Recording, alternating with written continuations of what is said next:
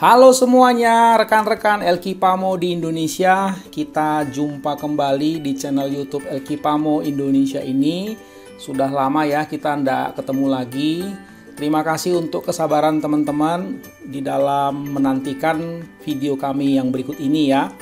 Nah teman-teman, pada kesempatan yang berbahagia ini kita akan mulai masuk ya mengaplikasikan ilmu yang sudah kita pelajari selama ini, selama sebanyak kurang lebih 16 video ya. Kali ini kita akan coba terapkan di contoh analisa saham ya, bagian pertama. Nah, pada kesempatan kali ini karena ada beberapa rekan yang meminta atau merequest ya saham DOIT, kali ini kita akan membahas saham DOIT. Ini kami buat dua bagian ya teman-teman, karena supaya tidak kepanjangan. DOIT ini adalah PT Delta Dunia Makmur Tbk, sektor pertambangan ya, khususnya batubara ya teman-teman.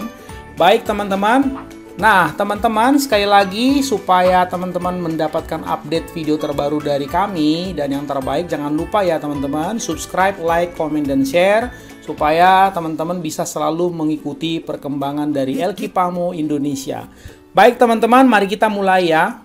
Nah teman-teman, sesuai dengan urutan cara kerja di video terakhir yang lalu yang kami jelaskan, yaitu kita mulai dari company profile business ya, pada frameworknya yang lalu kami sudah jelaskan. Nah, perusahaan apakah Delta Dunia Makmur ini ya teman-teman? Di sini kami sudah sajikan. Delta Dunia Makmur Tbk atau DOIT adalah perusahaan yang bergerak di bidang pertambangan ya teman-teman. Kegiatan perusahaannya ini terdiri dari penambangan batubara dan jasa penambangan. Melalui anak-anak perusahaannya mengoperasikan tambang batubara dengan izin usaha pertambangan di Jambi dan Kalimantan Timur, Indonesia. Nah, anak perusahaannya yang paling aktif itu namanya PT Bukit Makmur Mandiri Utama atau singkatannya BUMA. Ini yang aktif bergerak di bidang jasa penambangan ya. Nah, dua anak perusahaan lainnya relatif tidak aktif ya teman-teman. Nah, DOIT ini didirikan pada tahun 1998, teman-teman. BUMA merupakan penyedia jasa penambangan batu bara terbesar kedua di Indonesia. Luar biasa ya, teman-teman. Kemudian BUMA melakukan pekerjaan penambangan secara menyeluruh, mulai dari pengupasan lapisan tanah tertutup ya atau tanah penutup, penambangan batu bara, pengangkutan batu bara, serta reklamasi dan rehabilitasi tanah. Cukup banyak ya ruang lingkup kerjanya teman-teman. Mari kita lihat lagi. Visi misi DOIT kira-kira seperti ini teman-teman. Menjadi penyedia jasa pertambangan terkemuka yang mampu menciptakan nilai optimal bagi para pemangku kepentingan. Itu visinya. Cukup besar ya visinya ya. Terkemuka teman-teman, jasa pertambangan terkemuka. Misi DOIT kira-kira ada 5 seperti ini. Yang pertama, menyediakan jasa penambangan yang berkomitmen dan terpercaya, memastikan pertumbuhan bisnis yang menguntungkan dan berkelanjutan, memberikan nilai tambah kepada pelanggan melalui kemitraan strategis dan jangka panjang, mengembangkan sumber daya manusia yang kompeten dan bertanggung jawab. Kemudian yang kelima, berkomitmen dan bertanggung jawab pada dampak lingkungan dan komunitas. Ini penting ya teman-teman, poin kelima ini, karena yang namanya perusahaan pertambangan biasanya sangat sensitif dengan kerusakan lahan ya, kira-kira seperti itu. Nah teman-teman, mari kita lanjutkan. Perusahaan DOIT ini didirikan pada tanggal 26 November 1990, sektornya pertambangan, subsektornya batubara, tanggal IPO-nya 15 Juni 2001. Jadi sudah 19 tahun yang lalu teman-teman, DOIT ini listing di Bursa Efek Indonesia ya. Jumlah lembar sahamnya 8.619.817.982 lembar. Anak perusahaannya ada 3, seperti tadi kami sudah sampaikan. BUMA salah satunya, itu kepemilikannya 100% ya. DOIT itu memiliki 100% BUMA itu maksudnya. Kemudian ada PT Pulau Mutiara Persada 100% juga. Baru ada PT Banyu Biru Sakti 100% juga. Tetapi berdasarkan pengamatan kami, ini anak perusahaan yang nomor 2 dan nomor 3 kurang aktif ya. Pemegang saham di atas 5% itu ada North Star Tambang Persada Limited 37,866%, ada Andi Untono 5,474%, dan masyarakat ya yang beredar luas itu 56,56%. 56,66%. Nah, baik teman-teman, kita lihat ya wilayah operasional kerjanya DOIT ini Ini di Kalimantan ya, ada 11 posisi teman-teman. Ada di Kalimantan Utara, Kalimantan Timur, Kalimantan Tengah, dan Kalimantan Selatan. Jadi semua ini yang kami tunjukkan yang paling dominan adalah yang di Kalimantan ya teman-teman. 11 posisi ya. Nah teman-teman, kita lihat 11 posisi itu yang mana aja. Nih kita lihat. Yang pertama adalah Adaro Indonesia. Anda pasti tahu kan Adaro itu siapa kan? Jadi berarti si Doit ini mengerjakan dia sebagai jasa penambangan buat Adaro, kira-kira begitu. Anda bisa perhatikan di sebelah kanan ini periode kontraknya, berarti ada yang udah selesai mungkin ini teman-teman, Kideko Jaya Agung. Kemudian ini Braukol, ini cukup terkenal juga Braukol ini, pernah listing juga di Bursa Efek ya teman-teman Braukol ini.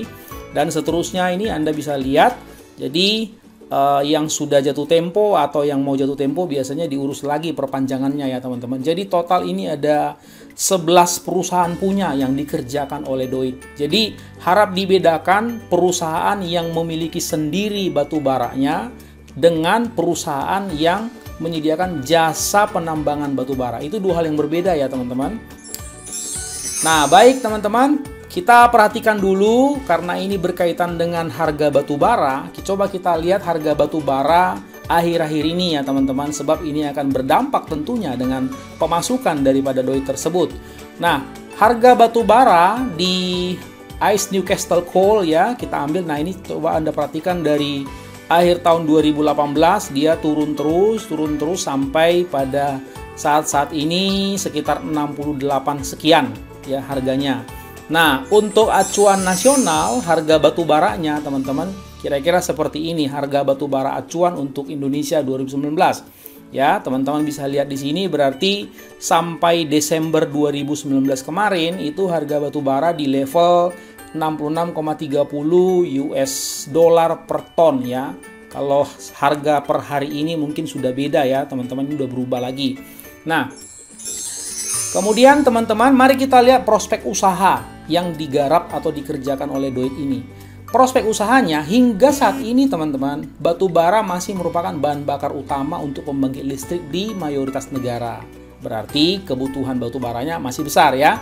Memang kesadaran global telah dibangun untuk mengurangi ketergantungan pada batu bara di berbagai kesempatan. Namun, mencermati perkembangan sumber energi terbarukan, ini tidak menunjukkan indikasi bahwa ketergantungan pada batu bara akan menurun. Setidaknya dalam waktu dekat secara signifikan. Kita belum melihat adanya penurunan drastis ya, besar-besaran tentang yang namanya kebutuhan batu bara, teman-teman. Itu masih besar. Anda bisa melihat di sini satu link berita yang kami sudah siapkan. Ini nanti Anda bisa cek. Ini menjelaskan betapa masih sangat besar sekali kebutuhan batu bara khususnya untuk PLTU batu bara. Ini masih sangat besar, terutama di Indonesia juga sangat-sangat besar ya teman-teman. Kalau di luar negeri itu Cina juga masih memakai batu bara, sangat besar kebutuhannya ya teman-teman. Oke, mari kita lanjutkan teman-teman. Kita perhatikan coba pemanfaatan batu bara di domestik. Anda bisa lihat ini teman-teman, setiap tahun pemanfaatan dan kebutuhan batu bara di Indonesia meningkat cukup lumayan besar ya. Nah, ini kita mau bicara tentang prospek dan peluang usaha sektor batu bara teman-teman. Ini data dari Kementerian Energi ya, Kementerian Energi dan Mineral ya teman-teman. Nah, kemudian bauran energi primer untuk pembangkit listrik kira-kira seperti ini. Ini juga data dari kementerian ya teman-teman. Paling dominan ini adalah 60,5% ya untuk kebutuhan pembangkit listrik itu batu bara sumbernya. Oke teman-teman, cukup jelas ya. Ada nomor 2 gas, tapi jauh sekali ya. Itu sudah sepertiganya batu bara. Berarti bisa dikatakan bahwa kebutuhan batu bara ini masih sangat-sangat besar untuk ke depan. Berarti peluang dan prospeknya masih cukup lebar terbuka ya teman-teman.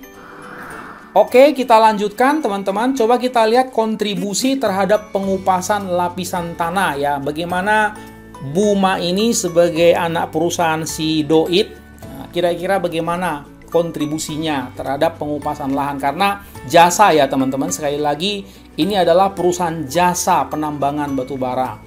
Doit ini pendapatan neto perseroan tercatat ya teman-teman kurang lebih 882 juta US dollar di akhir tahun 2019 yang lalu.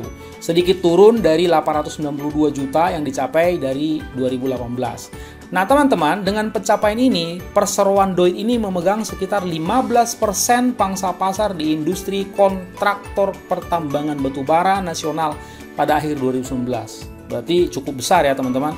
Nah, Anda bisa lihat ini dari grafik ini teman-teman. Jadi 58,7% ya Doit ini menggarap itu kontribusinya dari Browncoal ya teman-teman. Jadi berarti Doit ini selama ini mungkin Anda belum tahu, dia adalah kontraktor jasa tambang batu baranya si Browncoal. Ini sohibnya Browncoal. Baru ada Adaro juga tidak terlalu besar ya. Baru yang lain cukup kecil-kecil. Oke teman-teman, coba kita lihat lagi lingkup kerjanya si Buma ini. Nah, Anda bisa lihat supaya Anda bisa perhatikan skop kerjanya apa aja. Ngapain aja nih si Buma atau alias si Doit ini. Nah, lingkup kerja Buma mencakup seluruh produksi penambangan teman-teman. Anda bisa lihat di sini. Coba teman-teman lihat. Semuanya dari hulu sampai hilir ya. Nah, seperti itu. Dari mulai pengupasan lahan dan seterusnya ya, sampai mengangkut batu bara juga, sampai memasukkan ke kapal tongkang juga ini, seperti itu. Jadi hampir semua dia garap. Oke teman-teman. Nah, mari kita lihat teman-teman volume pengupasan lahannya yang dilakukan oleh si Doit alias Buma ini. Ini di tahun 2019 yang lalu itu turun 3% ya, sekitar 3% year on year dibandingkan tahun 2018 ya. Jadi 380,1 BCM bank cubic meters ya. Ada penurunan memang di tahun lalu. Kemudian dari segi produksi batu bara pun itu ada pertambahan 18% ya teman-teman, dari 42,3 juta ton menjadi 50 juta ton. Oke teman-teman bisa lihat ya, dari ini kan lingkup kerjanya si Doit tadi. Nah teman-teman, untuk masalah valuasi dan keuangan kita akan bahas pada video kedua ya. Jadi teman-teman jangan lupa nanti tonton video keduanya supaya bisa mendapatkan ulasan yang komplit ya. Ini baru video pertama, hanya sekedar masalah bisnisnya saja. Baik teman-teman, terima kasih banyak sudah menonton video kami. Jangan lupa ya subscribe, like, dan share. Terima kasih sudah menonton video kami kali ini. Sampai jumpa pada video bagian kedua untuk ulasan Doit ini. Salam sukses selalu untuk Anda.